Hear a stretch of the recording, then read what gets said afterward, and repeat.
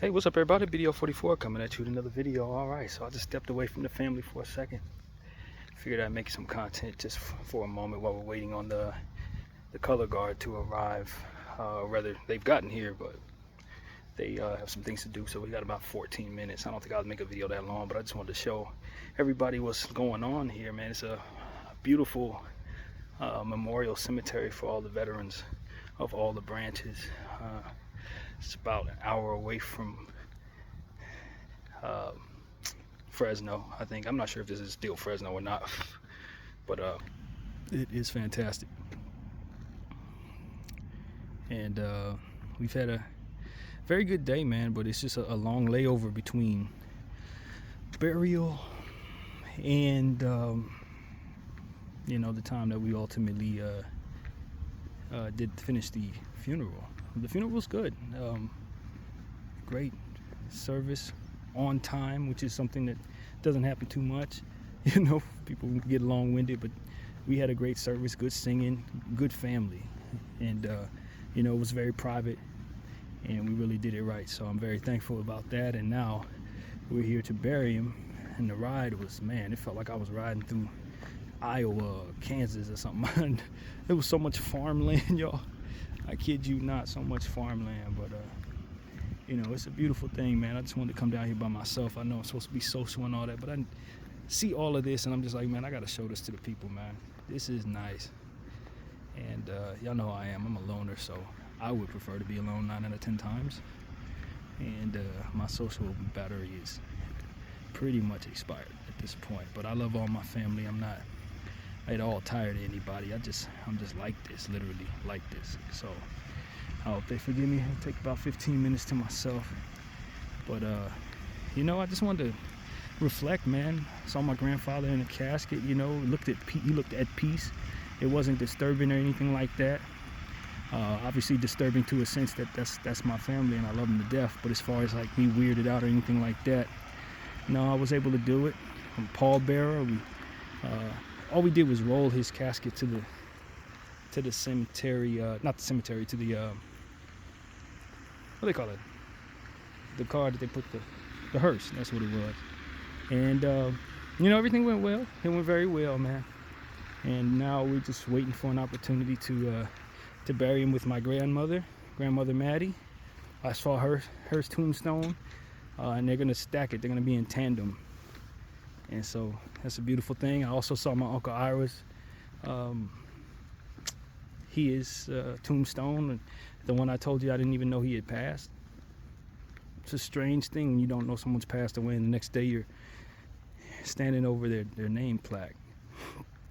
But he was also someone who served. A lot of them, my grandmother Maddie's brothers and family served. And I had the privilege of, you know, being related to some great soldiers, man.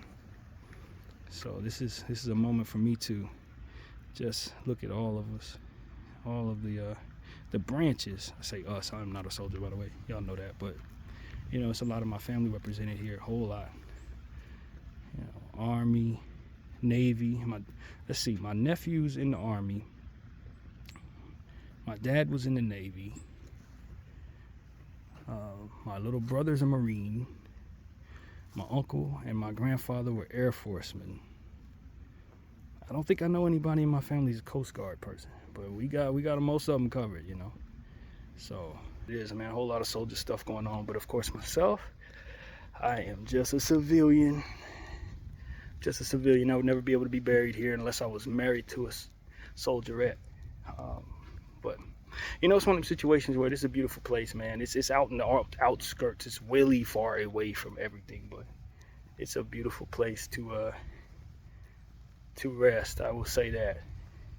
It just takes about an hour and a half of driving through nothing to get to it. But y'all see my 44 hat. It ain't actually necessary. It's not very cold over here. We thought it would be, but it ain't. And so that's a real beautiful thing. Check out this little bridge here. All this water. You know, as a content creator, I couldn't resist, man. I could not resist coming down here. Ain't nobody else down here with me, but I just couldn't resist. I had to show people what I found is beautiful farmland, not farmland, but pasture land and clear skies, for which you'll never see in Los Angeles. In a million years would you see anything like this in LA. But you know what I mean? Honorable grandfather, we're here to honor you. Everybody had great things to say about him. That's what you want in life.